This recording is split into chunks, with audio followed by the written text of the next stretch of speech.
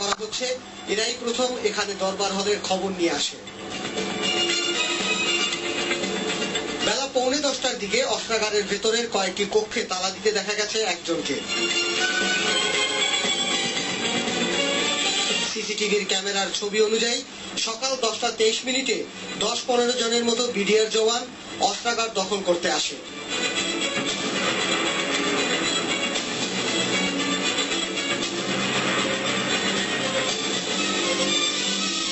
এ সময় সেখানকার অনেক বেসামরিক কর্মচারী হাত উঠিয়ে বেরিয়ে আসে।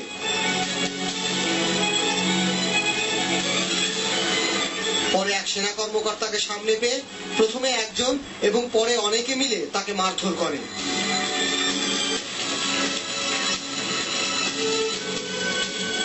পরে সবাই মিলে তাকে বাইরে নিয়ে যায়।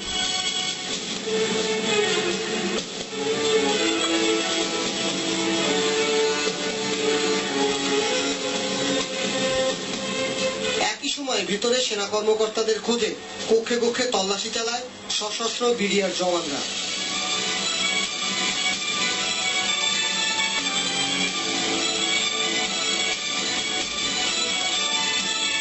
অস্ত্রাগার দখল শেষে জওয়ানরা দলে দলে সেখানে এসে অস্ত্র লুট করতে থাকে। এই ক্যামেরাটি বন্ধ হয়ে যায় 10:49।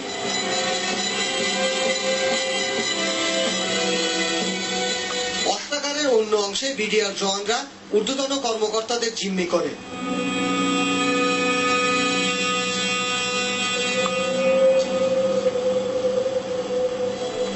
এ সময় কেউ বাধা দিলে তার দিকে অস্ত্র তাক করতেও দেখা গেছে সিসি ক্যামেরায়।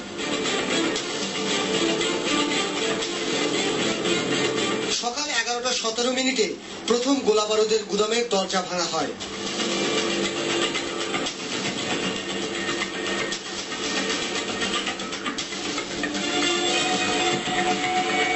পরপর দুটি দরজা ভাঙে তারা।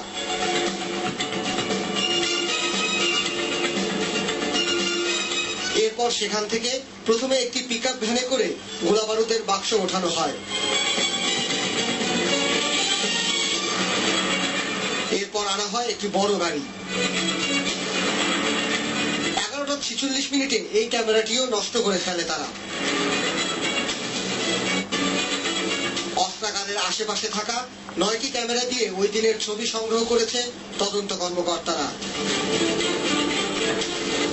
যার মধ্যে কমপক্ষে 5টি দুপুর 12টার মধ্যে বিকল করে দেয়া হয়।